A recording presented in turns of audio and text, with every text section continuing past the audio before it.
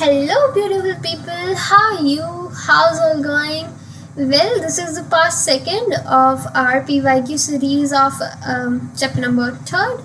और 13 क्वेश्चन पे हम 2025 ईयर के तो हम देखते हैं, सीधा आते हैं टॉपिक पे। तो गाइस क्वेश्चन मेरे को पूछ रहा है कि मेन ऑब्जर्वेशन दी हुई है जो आती हैं, आपको सही वाली सेलेक्ट करनी है। जब मेरा मैग्नीशियम रबन बर्न आउट होता है ना एयर में, जब हम उसको बर्न करते हैं तो क्या क्या चीज़ें सही हैं ऑब्जर्वेशन में। तो फर्स्ट मेरे को बोलता है कि भाई देखो, मैग्नीशियम रिबन बर्न होता है डेजलिंग वाइट फ्लेम के साथ, so it is correct. Second पढ़ लेते हैं। सेकंड बोलता है वाइट पाउडर फॉर्म होता है। जी हाँ, बात तो सही कर रहे हैं। एमजीओ फॉर्म होता है जो कि वाइट कलर का पाउडर होता है। देन मेरे को बोल रहा है मैग्नीशियम रिबन वेपराइज हो जाता है। भाई पाउडर फॉर्म होता है, वेपराइज नहीं होता। ये तो गलत बोल रहा है, ये नहीं है। अब aqueous solution of white powder turns blue litmus red. No, it's not like that. तो गाइज मेरा फर्स्ट और second observation is the correct one. और मैं यहाँ पे देख लूँगी फर्स्ट और सेकंड मेरा सी ऑप्शन है, तो मैं टेक आउट कर दूंगी और मैं निकल जाऊंगी इस क्वेश्चन से। अब गाइज मेरे को नेक्स्ट क्वेश्चन क्या पूछ रहा है। नेक्स्ट क्वेश्चन मेरे को पूछना चाह रहा है कि भाई देखो, फिर से मैग्नीशियम रिबन, इसलिए बोला था magnesium ribbon is most important. हमने चैप्टर नंबर फर्स्ट स्टार्टिंग में पढ़ा हुआ है, पर देखो गाइज वो हमारा पीछा नहीं छोड़ रहा है, तो हम तो भाई पूरा ध्यान लगाने वाले हैं। अब बात क्या है, देखो मैग्नीशियम रिबन जब मेरा बर्न होता है ना एयर में, तो मुझे ना कुछ सावधानियां बरतनी चाहिए भाई। जो 2 सेफ्टी मेजर्स आप लिख दो यहाँ पे, और ये बोल रहा है हमें ये भी बताना है भाई, 2 ऑब्जर्वेशन भी बता देना एक्टिविटी करते टाइम, क्या क्या ऑब्जर्वेशन निकल के आए। तो आंसर हम देख लेते हैं गाइज। सेफ्टी मेजर देखो, जब आप वो करोगे ना तो उसमें डिजलिंग वाइट फ्लेम जनरेट होगी, जब आप मतलब बनेगी, जब आप बर्न आउट करोगे अपने मैग्नीशियम रबन का। तो उससे बचने के लिए हमें प्रोटेक्टिव गॉगल्स का यूज़ करना है। अब वो तो हम चश्मे तो हम लगा लेंगे काले काले, मतलब अपनी आईज को शील्ड करने के लिए, है ना, इंटेंस लाइट से, क्योंकि वाइट लाइट जो है भाई हमारी आईज को हार्म पहुंचा सकता है, दैट्स वाई। अब दूसरी चीज़ हम क्या करना चाहिए, हमें क्या करना चाहिए गाइज, हमें ये करना चाहिए कि डू नॉट लुक डायरेक्टली। तुम्हें सीधा नहीं देखना है, तुम पागल नहीं बनोगे, तुम थोड़े से साइंस के स्टूडेंट हो guys, you have to be distant. तुम्हें थोड़ा सा डिस्टेंट बना के रखनी है, डिस्टेंस बना के रखनी है, सेफ डिस्टेंस होनी चाहिए, यू नो।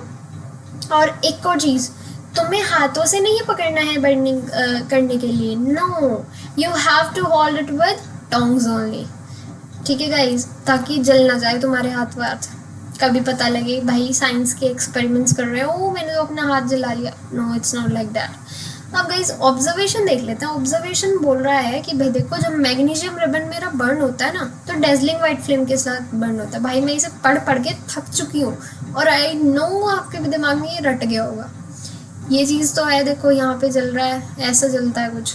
अब गाइज जो मेरा वाइट पाउडर है ना, इसमें फोम होता है, ये भी मेरे को पता है, एमजीओ फोम होता है गाइज। एमजी मेरा O2 के साथ रिएक्ट करके 2 MgO फॉर्म कर देता है, वी नो डैट। अब ये मैं लिख दूंगी। अब मेरा नेक्स्ट क्वेश्चन देख लेते हैं, क्या चटपटा क्वेश्चन आया गाइज। मेरे को बोलता है कि कॉमन प्रैक्टिस, अगेन देखो, नहीं यहाँ पे सिल्वर आ चुका है, सॉरी। तो इन कॉमन प्रैक्टिस सिल्वर को हम रिकवर कर सकते हैं किसमें से, सिल्वर नाइट्रेट के सॉल्यूशन से। कैसे, कॉपर मेटल का यूज़ करके। हाँ जी, बात तो सही कर रहे हैं। अब तुम्हें ये टाइप ऑफ रिएक्शन बताना है कि ये रिएक्शन का टाइप क्या है, ये जो रिएक्शन बोला है इन्होंने। और हमें ये भी बताना है कि इस प्रोसेस में जो मेरे मतलब जो केमिकल इक्वेशन फॉर्म हुई है, जो भी रिएक्शन हुआ है, वो मेरे को लिख देना है। मैं लिख दूंगी, ठीक है भाई, अभी लिखेंगे। और बी भी पढ़ लेते हैं साथ ही। बोल रहा है name the method use for refining silver. Refine करने के लिए सिल्वर में कौन सा मेथड यूज होता है, ये तो हमें बहुत अच्छे से पता है, इलेक्ट्रोलाइटिक रिफाइनिंग ओनली। बट अभी हम एक एक करके आते हैं चीज़ें पे। तो सबसे पहले मेरे को वो रिएक्शन पूछ रहा था, मैं रिएक्शन लिखूंगी सबसे पहले। मैंने क्या करना है, देखो भाई Cu था मेरे पास, मतलब कॉपर, मैंने उसे 2 मतलब AgNO3 के सॉल्यूशन में डाल दिया। अब सिल्वर नाइट्रेट में जैसे मैंने डाला तो ये इसको डिस्प्लेस कर देगा, क्योंकि it is more reactive than the Ag। तो मैं कर दूंगी भाई, मैंने इसको डिशम करके हटा दिया है। इट्स लाइक CuNO3 का ओल्ड वाइज फॉर्म हो चुका है, और 2Ag मतलब सिल्वर मेरा साइड में हो चुका है, मिल चुका है मेरे को प्योर। अब गाइज हाँ, वो पूछ रहा था सिल्वर को रिफाइन करने के लिए कौन सा मेथड यूज होता है। मैं बताती हूँ ना आपको भाई गाइस, रिफाइन करने के लिए इलेक्ट्रोलाइटिक रिफाइनिंग यूज होगा।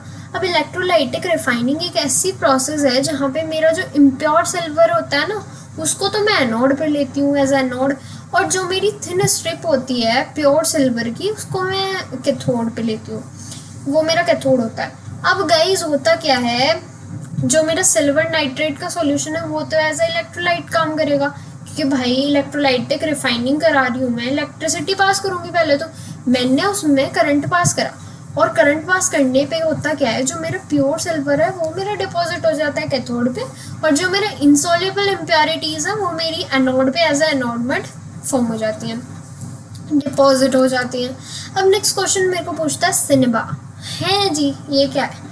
पढ़ा हुआ है गाइस आपने, अगर आप भूल चुके हो याद दिला देती हूँ गाइस। सिनेबा इज द मर्क्यूरी का क्या, मर्क्यूरी की और होती है गाइस, मर्क्यूरी की और होती है, मर्क्यूरियरियम में mercury, Marie Curie sorry I am just kidding, sorry, she was a great scientist, I know that, sorry for that guys। x जो है मेरा, मैं यहाँ पे समझ चुकी हूँ, ये जो मेरी x है ना, मतलब मेरा जो मेरी जो x है गाइस, वो मेरी मरकरी है, ठीक है जी।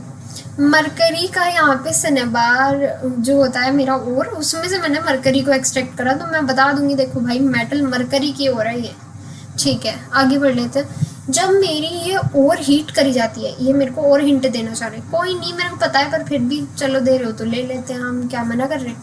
अब गाइस होता क्या है, जब मैं और को हीट करूँगी, जो कि होती है मेरी सिनेबा, उसको मैं हीट करूँगी तो होता क्या है, पहले तो वो कन्वर्ट होगी ऑक्साइड में, मतलब ये फर्स्टली कन्वर्ट होगी किस में गाइस, मर्क्यूरिक ऑक्साइड में, एक्सो फॉर्म कर दिया, हाँ जी। फिर वो रिड्यूस, जब हम उसे फर्दर हीट करेंगे तो वो रिड्यूस होके मेटल एक्स हमारा मिल जाएगा, मतलब मेरा मरकरी मिल जाएगा। अब जो मेरा एक्स मेटल है वो हमें आइडेंटिफाई करना है, वो हम कर चुके हैं, इसमें कौन सी नई बात है, लेकिन हमें केमिकल इक्वेशन भी लिखनी है ना, तो हम कर देते, कौन सी बड़ी बात है। देखो जो मेटल एक्स है ना भाई, जो मेरा एक्स, मेरी एक्स है या मेरा एक्स है, वो मेरा Hg है, ठीक है जी। अब जो इट्स और सिनेबा इज मर्क्यूरी सेकेंड सल्फाइड। अब जो सिनेबार है ना, उसका अगर आप फॉर्मूला जानने के बहुत इच्छुक हो रहे हैं तो हम आपको बता दें, इट इज HgS। सॉरी मेरी टंग ट्विस्ट कर रहा है, I don't know what the hell is going on, but it's okay, let's be real.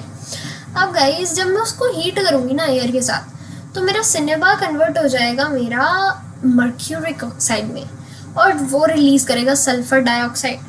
अब जब मैं उसे और हीट करती रहूँगी तो होगा क्या, ये जो मेरा मर्क्यूरिक ऑक्साइड है ना, ये डिकम्पोज हो जाएगा, और डिकम्पोज होके मेरे को असली वाला जो मेरा लिक्विड मर्करी है उसको दे देगा, और ऑक्सीजन दे देगा। अब देखो ये रिएक्शन मैं दिखा देती हूँ आपको, ये सिनेबार था, ये मैंने हीट कर दिया, ऑक्सीजन की प्रेजेंस में HgO मतलब मर्क्यूरिक ऑक्साइड फॉर्म हुआ, SO2 यहाँ से निकल गया। अब HgO को मैंने फर्दर हीट किया तो मेरा यहाँ पे 2Hg मेरे को प्योर मिल चुका है, जो कि लिक्विड फॉर्म में है, और O2, ठीक है गाइस। अब आ जाते हैं हम नेक्स्ट क्वेश्चन पे। नेक्स्ट क्वेश्चन मेरे को बोल रहा है कि नेम अ मेटल, नाम बता दो जरा, नाम बता दो उस मेटल का जो कि अर्थ की क्रस्ट पे पाया जाता है लेकिन फ्री स्टेट में। अब गाइस फ्री स्टेट में तो हमें पता है, हम गोल्ड पहन के घूमते हैं तो हमारा गोल्ड है भाई, गोल्ड फ्री स्टेट में पाया जाता है, और ये हमारी जो रिएक्टिविटी सीरीज होती है उसमें बॉटम में पाया जाता है। वो ऐसा क्यों, क्योंकि ये बहुत कम रिएक्टिव होता है, आप कह सकते हो अनरिएक्टिव ही होता है, ठीक है। अब दूसरा मेरा जो है, जो कि अर्थ क्रस्ट में पाया जाता है in the form of its compound. Guys आपको बता दूं, ये जो मेरा जिंक होता है ना, जिंक, ये बेचारा अकेला तो एग्जिस्ट कर ही नहीं सकता, ये कंबाइंड फॉर्म में एग्जिस्ट करता है, जैसे कि जिंक ऑक्साइड हो गया, जिंक सल्फाइड हो गया। लेकिन जो मेरा जिंक है ना, उसको मैं middle of the reactivity series पे प्लेस करती हूँ। क्यों? क्योंकि ये ज़्यादा रिएक्टिव तो है, आयरन और कॉपर से तो ज़्यादा रिएक्टिव है, लेकिन ये सोडियम और एल्यूमिनियम से कम रिएक्टिव है, इसलिए इनके बीच में वो कहीं पे प्लेस होता है। अब मेरा नेक्स्ट क्वेश्चन मेरे को पूछ रहा है शो द फॉर्मेशन। अच्छा जी, फॉर्मेशन बताना है, दिखाना है, ओके हम दिखाएंगे अभी। किसकी फॉर्मेशन जी? आपके मैग्नीशियम क्लोराइड की इलेक्ट्रॉन ट्रांसफर के थ्रू, मतलब इलेक्ट्रॉन ट्रांसफर होता हुआ भी दिखाना है। ठीक है ठीक है ठीक है भाई, ठीक है, okay okay okay okay. But right the name of the cation and anion. हाँ जी, हम एनायन केटायन के नाम क्यों नहीं लिखेंगे जब हम कर देंगे भाई। अब ये मेरे को और एडिशनल में बता रहा है कि भाई देखो Mg का एटॉमिक नंबर तो 12 होता है, क्लोरीन का मेरा 17 होता है। हाँ जी हमें पता है, और हमें कन्फिग्रेशन भी पता है। पहले हम इस पे ही आ जाएं क्या? हाँ जी आ जाए अपनी पे, जी आ जाते हैं। तो मैग्नीशियम का जो मेरा इलेक्ट्रॉनिक कन्फिग्रेशन होता है 282 होता है, क्लोरीन का 287 होगा। आपकी कन्वीनियंस के लिए बता दें, कन्वीनियंस के लिए, सॉरी फॉर दैट। अब गाइस मैग्नीशियम लॉस करता है 2 वैलेंस इलेक्ट्रॉन जो कि Mg2+ फॉर्म होते हैं। और जो मेरा हर क्लोरीन होता है ना, क्लोरीन का एटम है ना, वो एक एक इलेक्ट्रॉन जो है वो मतलब उनका क्या होता है, वो गेन कर लेता है इससे। हैं भाई क्या क्या बोल रहे हो? हम आ जाते हैं इस बकवास को थोड़ी सी बाद में एक्सप्लेन करेंगे, पहले हम काम पे आ जाते हैं, क्योंकि अब आपको पहले जब आप बना दोगे तभी आपकी बुद्धि में भरेगा ये।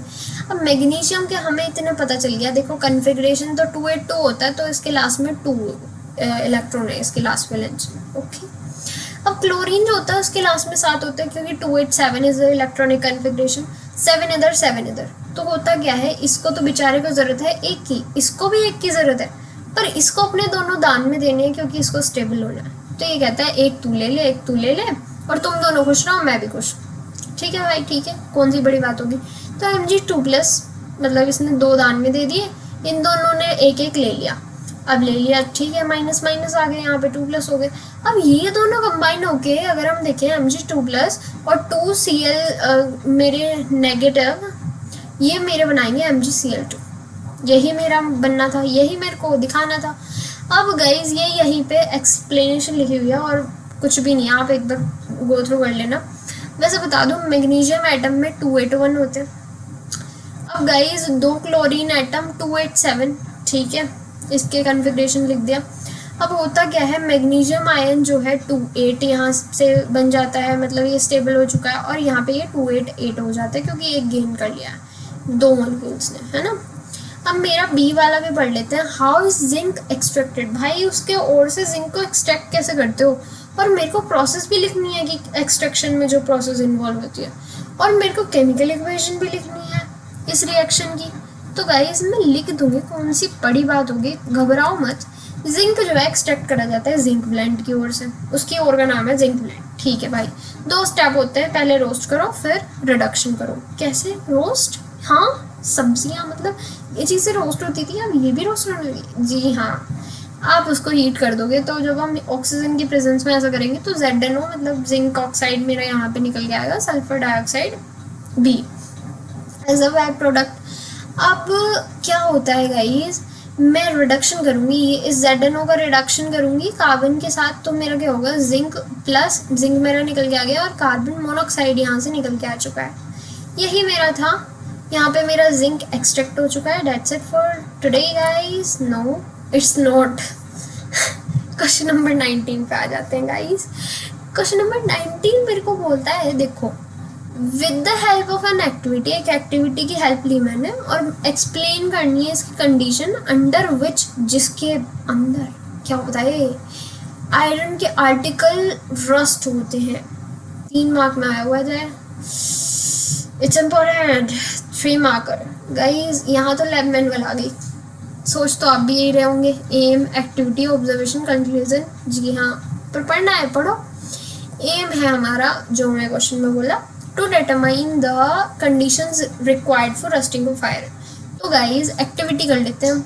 एक्टिविटी में क्या करना है, आपको लेने हैं 3 क्लीन आयरन नेल। जी हाँ, आपको कीले लेनी है, आपको आयरन की कीले लेनी है 3, वो भी साफ। और उसको प्लेस साफ कैसे करोगे, अगर रस्ट लग रही हो भाई, रब कर लो सैंड पेपर से, और उनको आप प्लेस कर देना 3 अलग अलग टेस्ट ट्यूब में, जिसका नाम आप रख दो ABC, या आप अपने पास से राम श्याम, और तीसरा अपने पास से उसको रख देना कुछ सिंक सा कर रहा हूँ, मतलब यू नो राइम सा।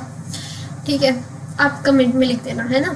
अब सेकंड मेरे को बोल रहा है ये कि अब मैंने करना है क्या, A टेस्ट ट्यूब है मेरी, B टेस्ट ट्यूब है, C टेस्ट ट्यूब है। A वाली में मुझे क्या करना है, ऐड ऑर्डिनरी वाटर, बेचारा ऐसी सादा पानी ऐड कर देना आपने, और कोक से इसको सील आउट कर देना है। ओके जी। बी वाली टेस्ट ट्यूब में मेरे को बॉइल करा हुआ सॉरी डिस्टिल्ड वाटर लेना है ना, टू रिमूव डिजॉल्व एयर, ताकि उससे डिजॉल्व एयर निकल जाए, इसलिए मैंने बॉइल्ड डिस्टिल्ड वाटर लिया है। ठीक है। pour a thin layer of oil over it। अब ऐसे यही नहीं रुकना है जी, नहीं, आपको इसमें थोड़ा सा तेल की लेयर डालनी है, पतली सी लेयर बना देनी है, मतलब तेल डालना है बेसिक ये ऊपर से। सी वाले में क्या कर रहे हैं हम, सी वाले में हम डालेंगे एनहाइड्रस कैल्शियम क्लोराइड। जी हाँ, क्यों? क्योंकि एब्जॉर्ब कर लेता है मॉइस्चर को, और कोक को टाइटली बंद कर देना, ये नहीं भूलना तीनों में। अब क्या देखोगे, इसी हमने कर तो दिया। अब देखो, आप ये देखोगे गाइज, ये देखो ना गाइज, आप देखोगे कि आफ्टर फ्यू डेज, कुछ दिनों बाद आप देख पाएंगे कि आयरन नेल जो ए वाली है उसमें रस लग गया है, जो मेरी नेल बी और सी थी उनमें तो रस लगा ही नहीं है। हाँ जी, ऐसा क्यों हुआ? क्योंकि सी वाले में तो तेल की लेयर थी, बी वाले में आपने एयर आने ही नहीं दी, उसमें हटा दी थी। अब iron rust only when both air, iron तभी रस्ट होती है जब मेरी दोनों एयर और मॉइस्चर मतलब वाटर प्रेजेंट हो, दोनों साथ में, लेकिन उन केसेस में हमने रोक दिया। अब जो रस्ट फॉर्म हुई है हाइड्रेटेड आयरन ऑक्साइड में, वो उसको मैं अप्रॉक्सीमेटली ऐसे लिख सकती हूँ कि Fe2O3 और H2O, है ना। अब मेरे को और में इन्होंने एक और क्वेश्चन पूछ लिया, लो भाई और में एक और, वाओ स्लाइम काफ़ी अच्छा हो रहा है गाइस, कोई नहीं, आ जाते। नेम टू मेटल, अच्छा जी, दो मेटल के नाम बताने, कौन से जी? जो कि रिएक्ट करते हैं वायलेंटली कोल्ड वाटर में रिएक्ट कर जाए, अच्छा तगड़े मेटल बताने हैं। और लिस्ट एनी 3 ऑब्जर्वेशन, 3 ऑब्जर्वेशन भी लिखनी है जो कि स्टूडेंट तुम्हें नोट करना है, जब जो तुमने नोट करी थी, या फिर जब तुमने इन मेटल को ड्रॉप करा बीकर में, जिसमें उस बीकर में क्या था जी? जल था आपका शुद्ध, वाटर। अब इस सेकंड भी देख लेते हैं लगे हाथी। ये मेरे को बोलता है write a test to identify the gas evolve. अच्छा जी, तो गैस जो मेरी इवॉल्व है वो मेरे को टेस्ट करके बतानी है, अगर कोई गैस इवॉल्व है तो।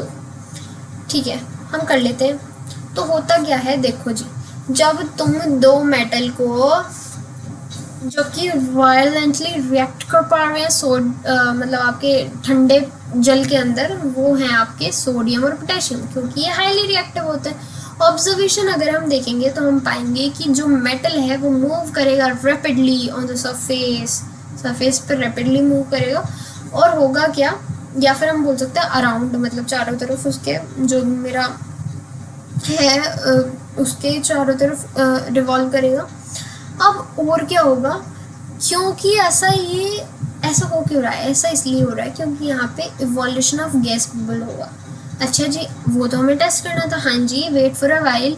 ये जो रिएक्शन है ये मेरी स्ट्रांगली एक्सोथर्मिक होगी। जी हाँ, गर्म जो हीट है मे इग्नाइट द मेटल, मतलब मेटल में भी आग लग सकती है। Producing a flame, potassium gives a lilac flame. Potassium तो मेरा जो जब बर्न आउट होगा तो लाइलैक फ्लेम देगा, और सोडियम देगा गोल्डन येलो कलर की फ्लेम।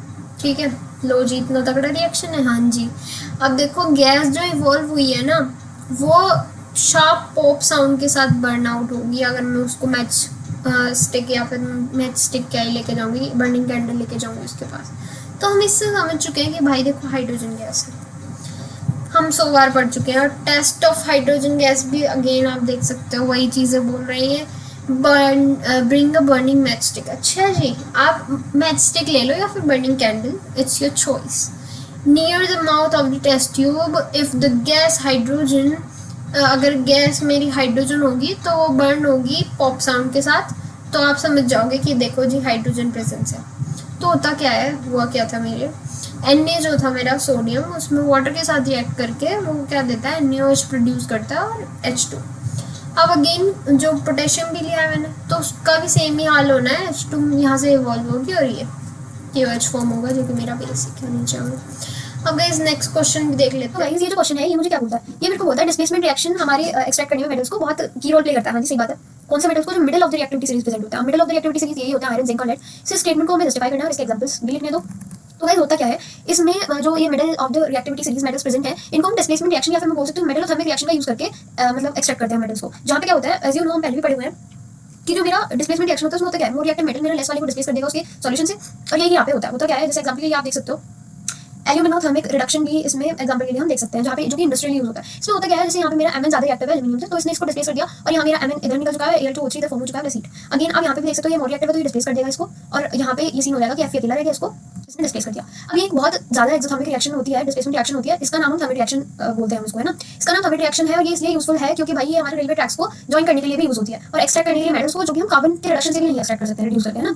अब मेरे को बी पार्ट देखना। बी पार्ट पूछ रहा है why can metals high up in reactivity series. हमारे मेटल्स जो है वो रिएक्टिविटी सीरीज में हाई अप क्यों है ऊपर क्यों not be obtained by reduction जो कि रिडक्शन ऑफ द ऑक्साइड से मतलब कार्बन से ये रिडक्शन करके क्यों नहीं ऑब्टेन हो पा रहे हैं क्या दिक्कत है। तो गाइस ऐसा इसलिए है ये रिएक्टिविटी सीरीज में जो ऊपर है जैसे सोडियम हो गया कैल्शियम हो गया एल्यूमिनियम हो गया ये स्ट्रॉन्ग एफिनिटी फॉर ऑक्सीजन रखते हैं। मतलब होता क्या है यहाँ पे जो कि भाई कार्बन की एबिलिटी से ज्यादा तगड़े होता है क्योंकि कार्बन की एबिलिटी नहीं है कि वो उनके ऑक्साइड से उनको रिमूव कर सके है ना ऑक्सीजन को रिमूव कर सके वहां से। इसलिए हम क्या करते हैं carbon can not reduce their oxide to metal नहीं रिड्यूस कर पा रहे हैं तो ऐसे मेटल को हम टिपिकली ऑब्टेन करते हैं इलेक्ट्रोलाइटिक रिडक्शन का यूज करके। इलेक्ट्रोलाइटिक रिडक्शन होता है हमारे मोल्टेन सोर्स का ऑक्साइड का जिसमें हम इलेक्ट्रिसिटी प्रोवाइड करते हैं। हमारा एनोड बनता है हमारा कैथोड बनता है और आप पहले भी पढ़ चुके हैं कि वहां से एनोडिक निकलता है और मेरे कैथोड पे मेरा मेटल मिल जाता है ना।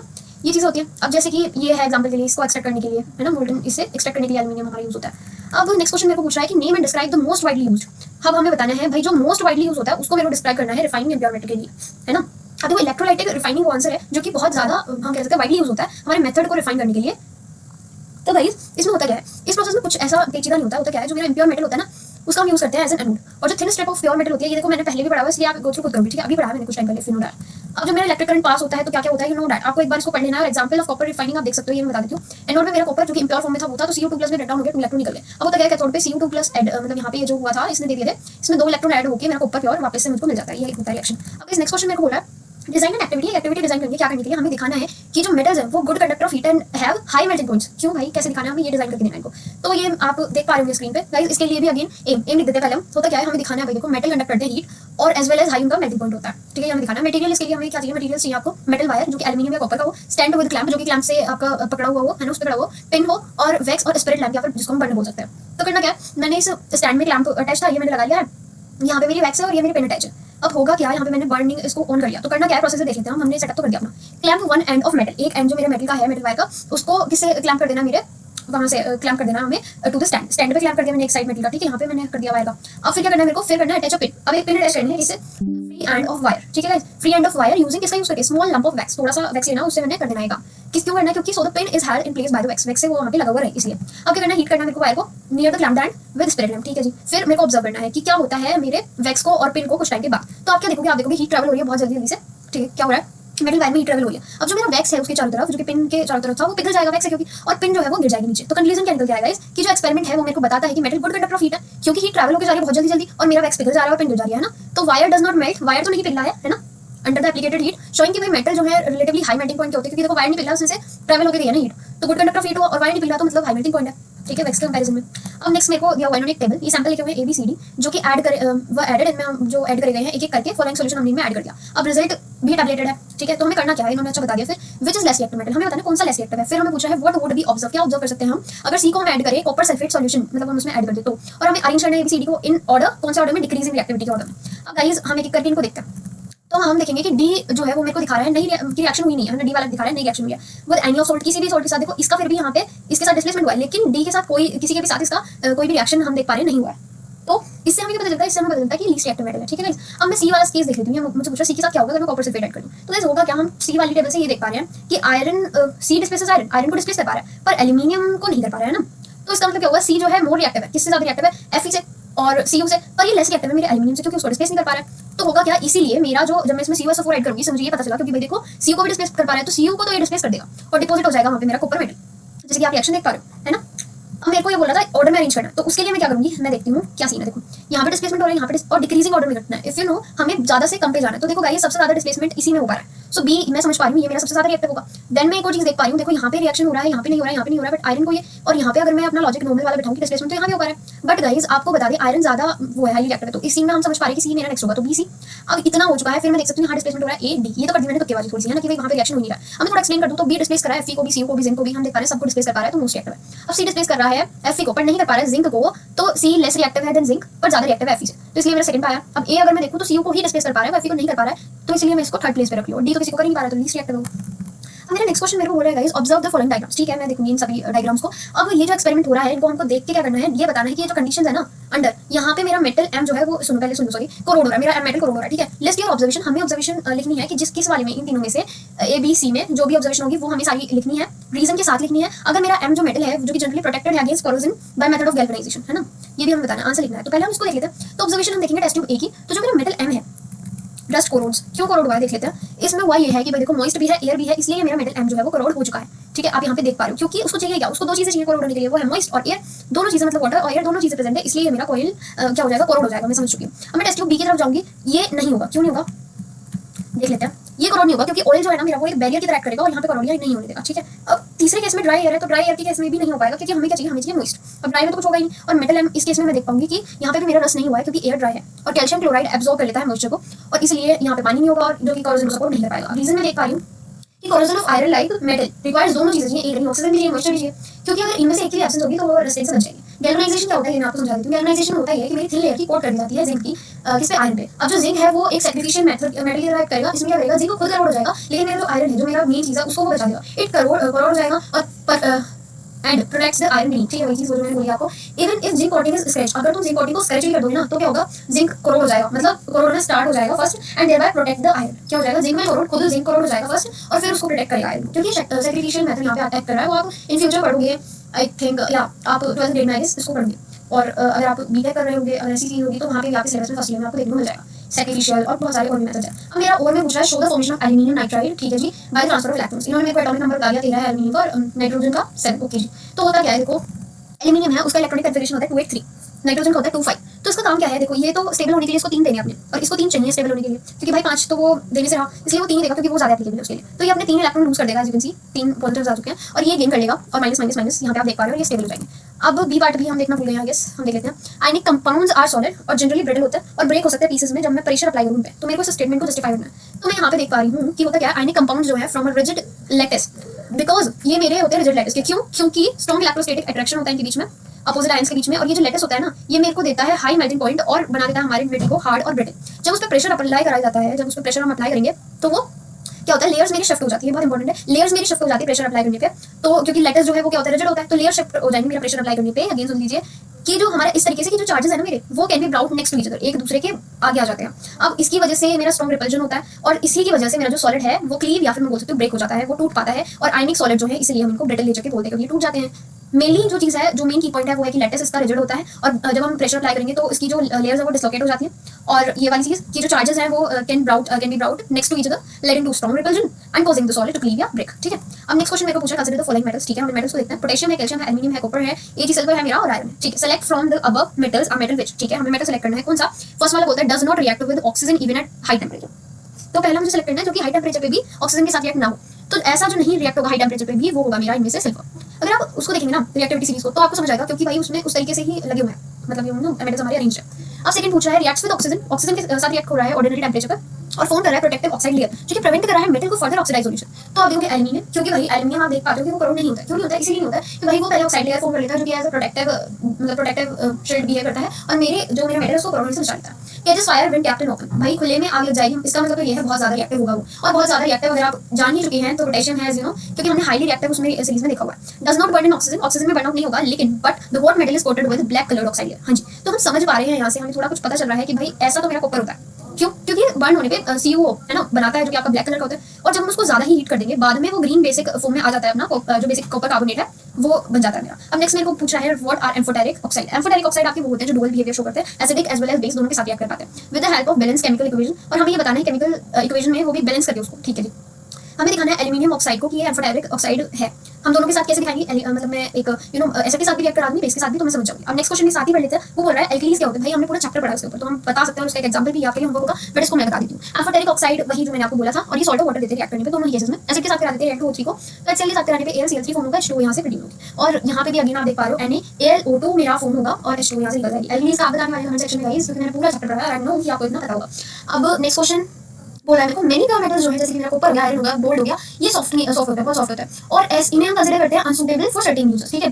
पर जो मेरे मेटलिक ऑब्जेक्ट्स होते हैं, जो मेरे चारों तरफ होते हैं, जैसे कि कुकिंग यूटेंसिल्स हो गए, स्टैचूज हो गए, ऑर्नामेंट्स, गन्स, ये सब चीजें जो होती हैं वो नहीं बनती है प्योर मेटल से, मतलब कुछ मिक्सिंग करके बनती है, ठीक है। Instead of pure metals alloys are used, pure metal की जगह हम अलॉयज का यूज करते हैं डिजाइन करने के लिए मोस्ट ऑफ यूजफुल ऑब्जेक्ट्स को, जैसे कि अभी मैं बोल दूं गन्स वगैरह ये सब चीजें मैंने बोली। मेकिंग अलॉयज बनाने से क्या होता है, मेरे बेसिक प्रॉपर्टीज एनहेंस हो जाती है मेटल की, जो कि प्राइमरीली मैं बोलूंगी कंस्टिट्यूएंट मेटल जो है मेरा, उस अलॉय की प्रॉपर्टीज, बेसिक प्रॉपर्टीज हाई हो जाती है। तो मेरे को क्वेश्चन पूछा है अभी, ठीक है, ज्ञान के लिए इसने, अब मैं पूछ लेती हूँ, हाउ डज इलेक्ट्रिकल कंडक्टिविटी और जो मेरी मेल्टिंग पॉइंट है जो मेरे मेटल का, वो चेंज होता है जब उसे हम कवर कर देंगे एक अलॉय से, है ना। अगर हम थोड़ा सा ही एलिमेंट उसमें मिक्स कर दे रहे हैं तो भी उसकी प्रॉपर्टी और कंडक्टिविटी, मतलब मेल्टिंग पॉइंट कैसे चेंज हो जा रहा है, क्यों हम ऐसा कर रहे हैं, ठीक है। अब फिर हमें बताना name and alloy used for welding two wires together in electric circuit, ठीक है जी, बहुत इंपॉर्टेंट है, right it's major statement, okay. What are alloys, और मेरे को पूछ रहा है हाउ इज ब्रास, जो कि एक अलॉय है, उसको बनाया जाता है। तो गाइस यहाँ पे हम देख लेते हैं, जो मेरे मेटल होते हैं ना वो बने हुए होते हैं अलॉय से, कैसे हम उसमें ऐड करते हैं थोड़ा सा amount of another element, it's electrical conductivity generally decreases और उसका मेल्टिंग पॉइंट यूजुअली लोअर होता है किसके कंपैरिजन में, प्योर मेटल, ये तो हमें पता है। फिर मेरा नेक्स्ट वाले का आंसर था कि जो अलॉय है वो एक soldering electrical wires is a solder, मतलब सोल्डर यूज होता है। सोल्डर क्या होता है भाई, सोल्डर होता है जो मेरा टिन और आपका लेड से मिलकर बनता है, वो मेरा एक अलॉय है, ठीक है, जिसमें मेजरली तो टिन एसएन यूज होता है और थोड़ा सा मेरा पीबी लेड यूज होता है ना गाइस। अब मेरा नेक्स्ट है alloys are homogeneous mixture. Homogeneous mixture होते हैं किसके, दो या दो से ज्यादा मेटल्स का, या फिर वेयर एटलीस्ट जहां पे कम से कम एक तो मेरा मेटल होना चाहिए, एक तो मेरा नॉन मेटल हो सकता है ना।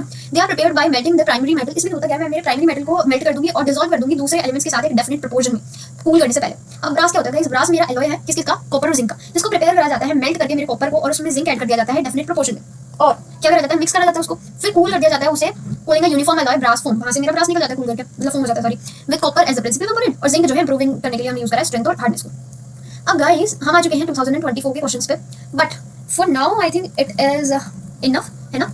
अभी हम नेक्स्ट वीडियो में नेक्स्ट 2024, 23 एंड 22 के PYQs, and that's it for today's video. Take care, good bye.